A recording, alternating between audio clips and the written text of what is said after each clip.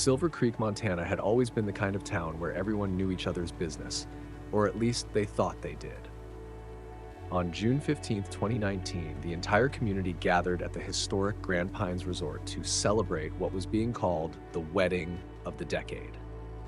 Dr. James Barrett, the town's most respected trauma surgeon, was marrying Isabella Reynolds, known to everyone as Bella, the charismatic hospital administrator who had captured his heart 3 years earlier.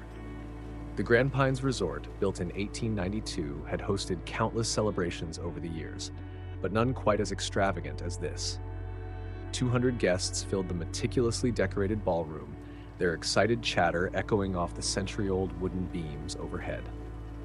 James Barrett, at 35, stood at the altar in a custom-tailored Tom Ford suit, looking every bit the successful doctor he'd become since joining Silver Creek Memorial in 2015.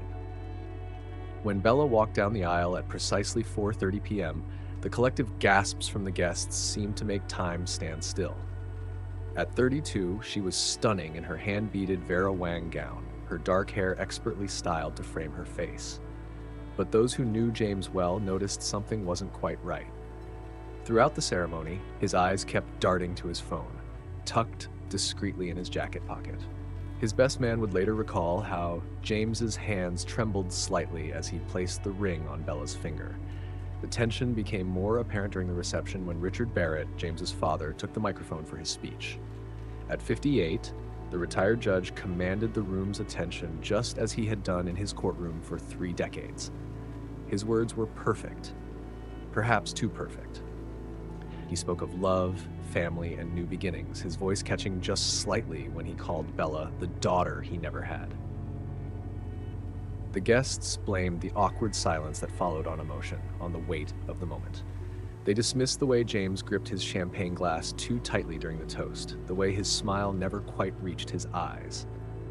After all, this was Silver Creek's golden couple, the brilliant surgeon and the accomplished administrator who had transformed the local hospital's reputation. But in less than 24 hours, the truth behind those tensions would shatter not just the Barrett family, but the entire community's sense of trust. No one could have guessed that as the string quartet played the couple's first dance at 7:45 p.m., as camera flashes captured their picture-perfect waltz, that this fairy tale wedding was about to become the darkest chapter in Silver Creek's history. The seeds of tragedy had been planted long before the I-does were exchanged, and they were about to bear their poisonous fruit. What the citizens of Silver Creek would soon learn was that behind every perfect facade, shadows lurk. And sometimes those shadows wear tailored suits and designer gowns, hiding secrets so devastating that not even the sanctity of a wedding day can keep them buried forever. At 8:17 p.m., as the reception reached its peak, James's phone buzzed with an email that would destroy everything. The sender's address was unfamiliar, truthseeker87@gmail.com, but the contents were unmistakably real. The first photo showed Bella and Richard at the Mountain View Hotel in Missoula, dated September 12, 2014. The same day, James had first introduced his then-girlfriend to his father over dinner at Giuseppe's Italian restaurant. James stood in the corner of the Grand Pines ballroom, his back against the ornate wallpaper, as he scrolled through image after image. There was his father and his bride at the Lakeside Inn in Bozeman, February 2016. Another showed them entering a private cabin in Whitefish, July 2018.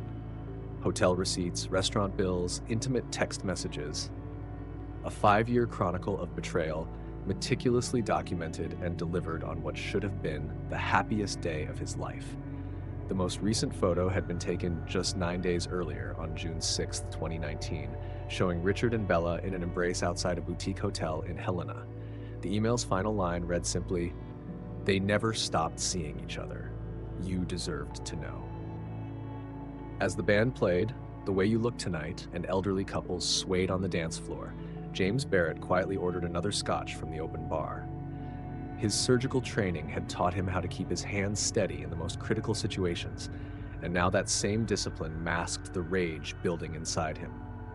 He watched as Bella laughed with her bridesmaids, as his father charmed the guests with stories from his years on the bench. The perfect mask they all wore, now cracking beneath the weight of truth. To anyone watching, Dr. James Barrett appeared to be a content groom enjoying his wedding reception. He smiled at the right moments, thanked guests for their congratulations, and even joined in for one last dance as the evening wound down. But behind his calm exterior, a plan was forming. The kind of plan that transforms a fairy tale wedding into a cautionary tale. The kind that would be whispered about in Silver Creek for generations to come. As the reception drew to a close at 11:30 p.m., guests showered the newlyweds with rose petals, unaware that they were witnessing the final moments of peace before a storm of vengeance would break. James helped Bella into their waiting car, her wedding dress carefully arranged by attentive bridesmaids.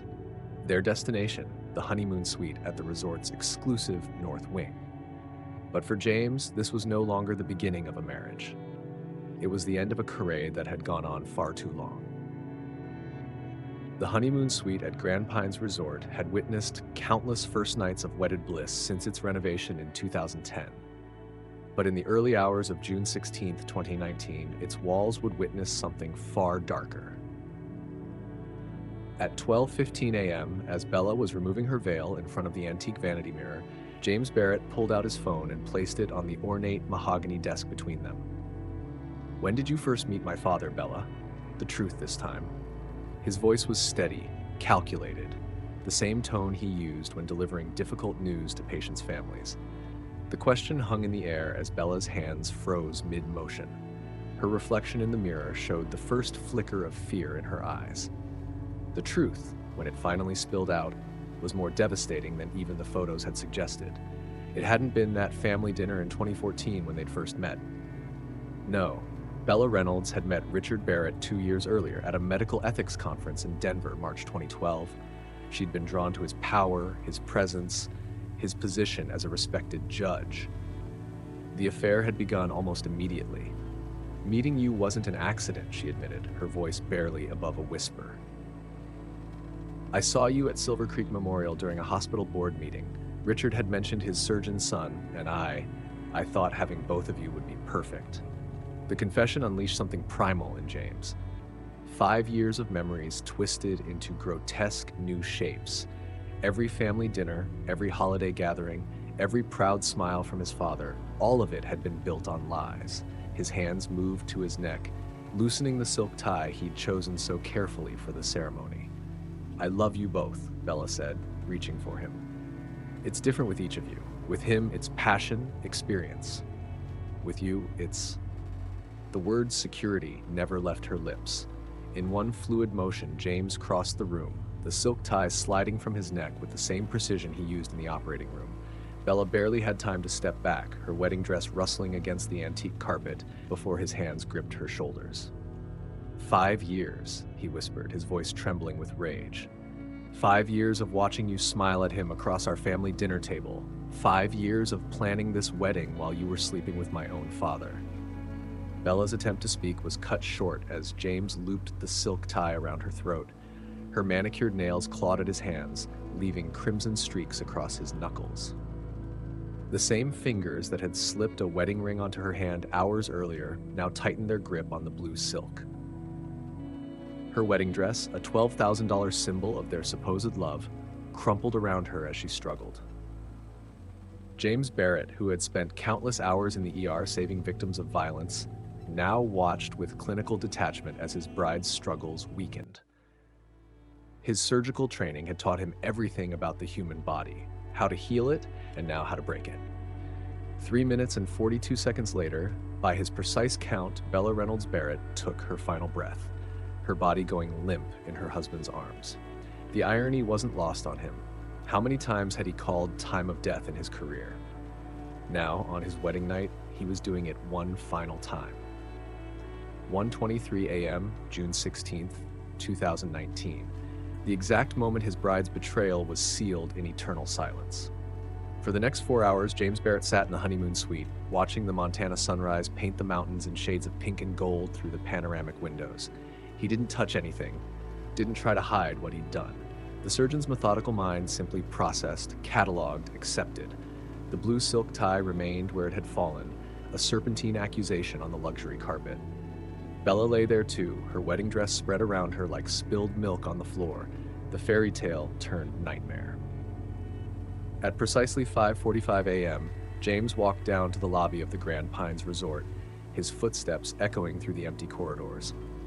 The early morning staff found him sitting in one of the leather armchairs, his wedding suit still perfectly pressed, except for the missing tie.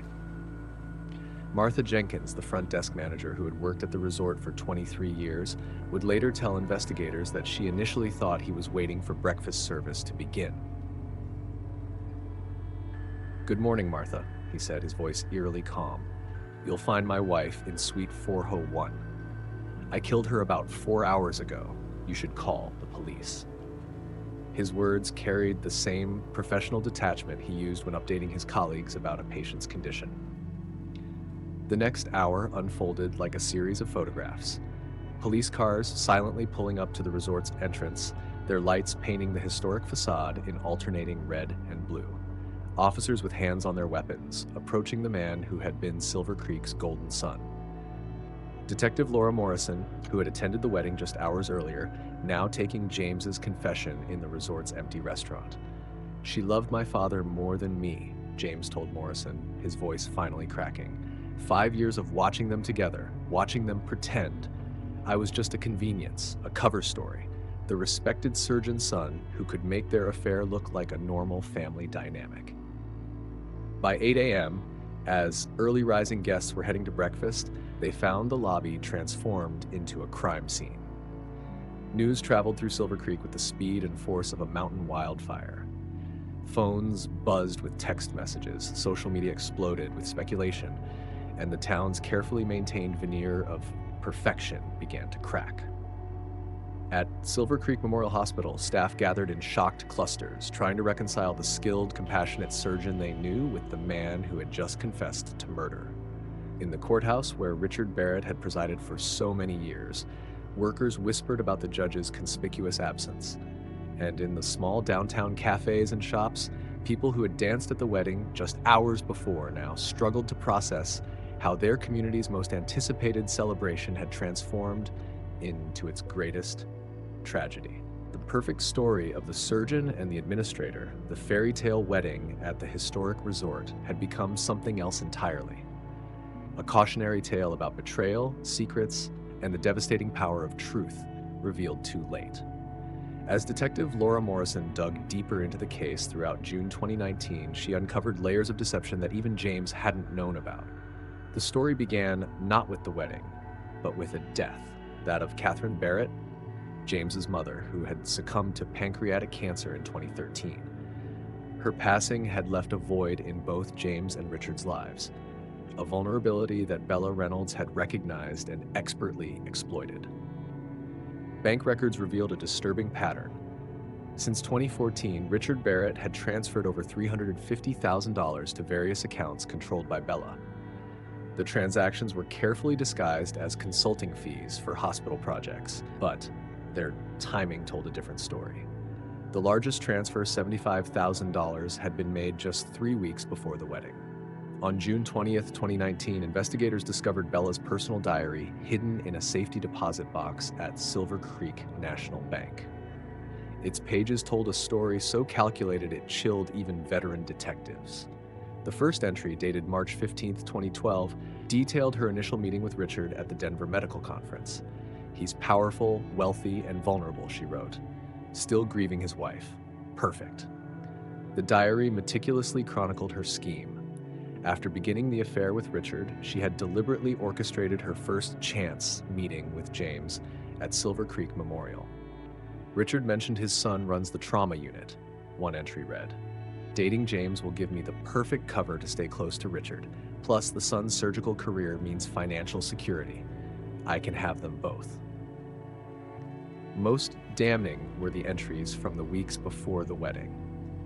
Bella and Richard had planned to leave Silver Creek together, using James's position as a respected surgeon to deflect any suspicion about their disappearance. They would wait 6 months, then Richard would file for retirement and move to South America, where Bella would mysteriously reconnect with him after filing for divorce from James. "The wedding is just for show," Bella wrote in her final entry, dated June 13th, 2019. James is a means to an end. Richard and I will have our real life together soon. James will never suspect that his own father stole his bride. The diary even contained a letter never sent to James's deceased mother. Dear Catherine, it read, I hope you don't mind that I've taken both your husband and your son. It's nothing personal, just good planning. When Detective Morrison shared these findings with James in his jail cell, he showed no surprise. His only response was a question that would haunt the investigation. Did my father know she was playing him too? The revelations about Bella's manipulations spread through Silver Creek like wildfire, each new detail igniting fresh outrage and disbelief. As investigators pieced together the full extent of her deceit, the once pristine image of the Barrett family was irreparably tarnished. What had begun as a tragedy confined to a single hotel suite now became the scandal of the century, shaking the foundation of the close-knit town. At Silver Creek Memorial Hospital, where James Barrett had once been lauded as the town's golden son, staff gathered in hushed clusters. Some were sympathetic, blaming Bella and Richard for driving James to the breaking point. How could anyone endure that kind of betrayal? A nurse murmured, her voice laced with sorrow. Others, however, couldn't reconcile the compassionate surgeon they had known with the man who had used his own tie as a murder weapon. Violence is never the answer, one of the hospital's senior doctors declared in the break room, his coffee cup trembling slightly in his hand. He took an oath to save lives, not end them. The divide was stark, with whispered arguments spilling into patient corridors, creating an atmosphere of tension and unease. The hospital had always been a place of healing, but now it felt like the epicenter of a moral earthquake. In the courthouse, where Richard Barrett had once commanded respect as a fair and unwavering judge, the scandal obliterated his legacy overnight. He resigned from public life in disgrace, his decades of service overshadowed by the revelation of his affair with his son's wife. Former colleagues and legal peers debated whether his judgments had been tainted by personal failings. Silver Creek deserved better, one local journalist wrote in a scathing editorial. Richard Barrett's betrayal isn't just a family matter, it's a betrayal of the trust this community placed in him. The townsfolk, meanwhile, debated James's mental state with fervor. Could his actions be justified as a temporary lapse of reason, or was there a darker side to the celebrated trauma surgeon that no one had ever seen? At the diner on Main Street, where locals gathered to trade gossip, the opinions were as varied as the breakfast specials.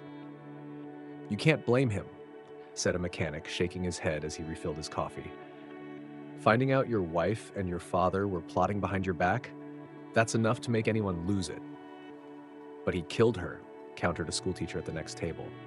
That's not just losing it, that's cold-blooded. As the town tried to process the shocking crime, stories began to emerge from those who had long suspected the affair. A waitress at Giuseppe's Italian restaurant recalled seeing Bella and Richard dining together in a secluded booth, their body language too intimate to be dismissed as familial. A groundskeeper at the Barrett estate admitted he had once overheard a heated argument between the two during one of Bella's visits. I thought it was odd at the time, he told a reporter, but who am I to question the Barretts? For many, these confessions only deepened their guilt. How had an entire community missed the signs? Was their trust in the Barretts so absolute that they had ignored what was right in front of them?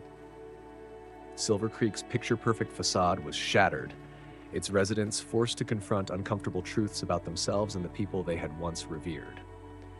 In a town where everyone thought they knew everyone else's business, the realization that secrets could fester unchecked was a bitter pill to swallow. The tragedy of James and Bella Barrett wasn't just a cautionary tale about betrayal, it was a mirror, reflecting the cracks in the community's collective perception. And those cracks would take years to heal if they ever did. As the dust settled on the town's collective shock, the focus shifted from whispered conversations to the courtroom.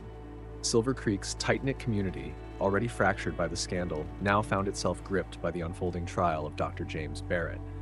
What had once been a private tragedy was now a public spectacle, with every detail dissected and debated, not just by legal experts, but by anyone with an opinion. The trial began on a gray October morning, the courthouse packed with reporters, townsfolk, and those who had once called themselves friends of the Barrett family. James Barrett, once the pride of Silver Creek, now sat at the defendant's table, his demeanor calm but his face gaunt, bearing the weight of months spent in confinement. Across from him sat Richard Barrett, poised to give testimony that would become the centerpiece of the trial. Victoria Klein, James's lead attorney, approached the case with a strategy rooted in human emotion. She didn't deny that James had killed Bella.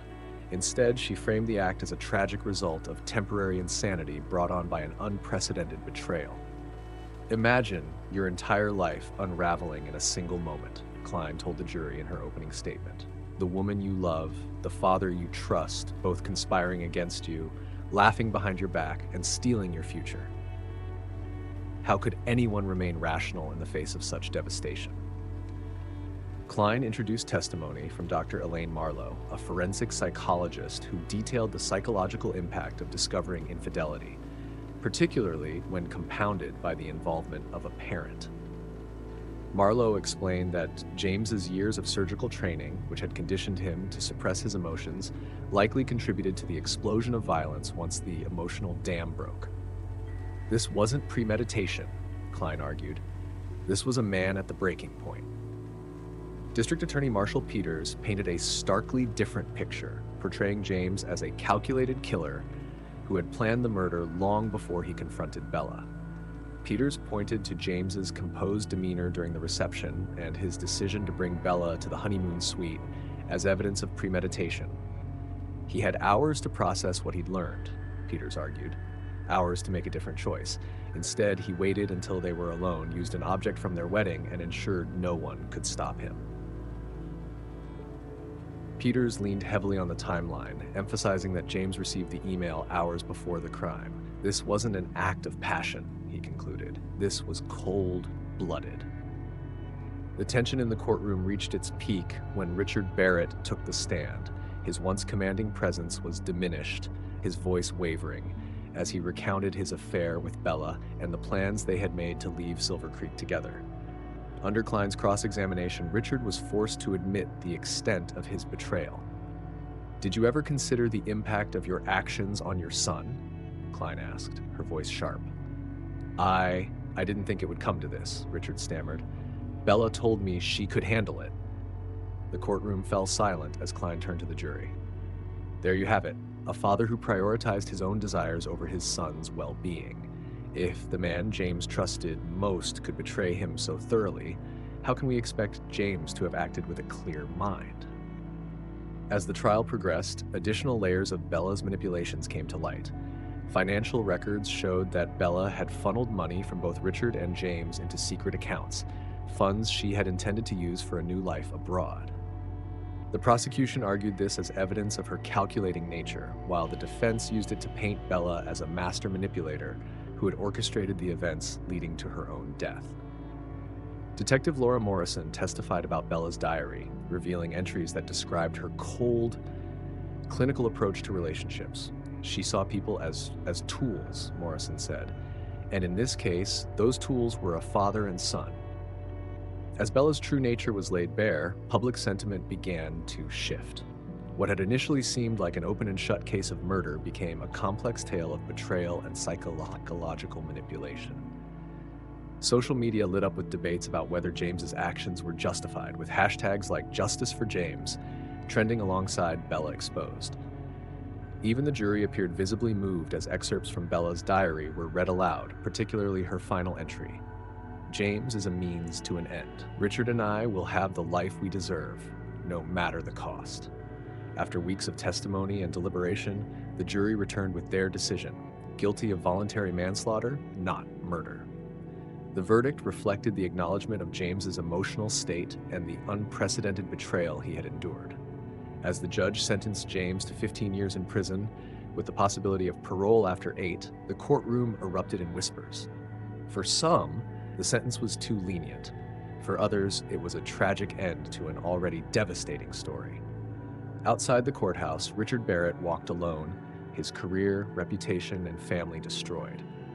The town of Silver Creek, forever marked by the tragedy, would carry the weight of its scars for years to come. And James, once the town's golden son, now faced a future that would forever be shadowed by the events of one fateful night. The gavel's echo marked the end of James Barrett's trial, but it was far from the end of the story. Silver Creek, once defined by its postcard-perfect image of mountain serenity and strong community bonds, now bore the scars of betrayal, violence, and unraveling trust. The trial might have closed one chapter, but the aftermath would ripple through the town for years, exposing wounds that no sentence could heal. James Barrett's conviction for manslaughter rather than murder left Silver Creek divided. Supporters saw the verdict as a recognition of the extraordinary circumstances, a man driven to the brink by unimaginable betrayal. Detractors, however, believed that his medical training and calm demeanor at the wedding showed a controlled killer who had escaped true justice. For James, the sentence offered no solace. Sitting in his cell, he reflected on the wreckage of his life, a once promising career in ruins, the town that had admired him now deeply fractured, and the family he had known, revealed to be a house of cards built on lies. Richard Barrett's resignation from all public positions was met with both relief and anger. To some, his decision to step down as a retired judge was long overdue. To others, it felt like too little, too late, a gesture that failed to atone for the betrayal and deceit he had orchestrated. The former judge retreated into isolation, his presence at local events conspicuously absent. A once respected figure, Richard now represented everything the town wanted to forget: pride, corruption, and the devastating consequences of unchecked ego. As more details about Bella's past surfaced, it became clear that the Barrett men were not her only victims. Investigators uncovered a disturbing pattern of similar relationships in other towns Bella had passed through before settling in Silver Creek. Financial exploitation, emotional manipulation, and calculated betrayals characterized her interactions with previous partners, many of whom had also been fathers and sons. One man from Spokane came forward, detailing how Bella had drained his savings under the guise of a business investment before disappearing without a trace. Another from Denver described a nearly identical scenario of infidelity and financial ruin. These revelations painted Bella as a predator who left devastation in her wake, further complicating the town's view of James. While some saw him as another pawn in her schemes, others argued that he had become just as monstrous as the woman he killed. The fallout from the trial left Silver Creek struggling to regain its footing. Conversations in cafes, church meetings, and even school pickup lines were dominated by debates over morality, justice, and the cost of keeping up appearances. Trust, once a cornerstone of the town's identity, was now in short supply. Neighbors began to eye one another with suspicion, wondering what other secrets might be lurking behind closed doors. Businesses that had once prided themselves on their small-town charm now grappled with the reality of gossip and judgment. The hospital, once a symbol of pride for the community, became a focal point of whispers and divided allegiances. For all its picturesque beauty, Silver Creek had always relied on the illusion of perfection, a facade that had now crumbled. The Barrett scandal served as a grim reminder that even the most admired families could harbor dark truths. In the aftermath, the town quietly began to reevaluate its values. The local pastor's sermon captured the sentiment best. We all have our masks, don't we? Some are made of kindness, others of success. But beneath every mask is a human being, flawed and fragile. Despite the darkness, small acts of reconciliation began to emerge. Former colleagues of James, once divided over his actions, reached out to his family with cautious words of support. A charity fund was started in Bella's name, not to honor her, but to support victims of financial and emotional abuse, ensuring her legacy would not be one of unaddressed pain. For Silver Creek, healing would be slow, but the tragedy forced its residents to confront uncomfortable truths about themselves and their town. The question remained: could they rebuild trust, or would the shadow of the Barrett scandal linger indefinitely? And for James Barrett, the years ahead would be marked by reflection, regret, and the distant hope that one day redemption might find its way through the bars of his cell.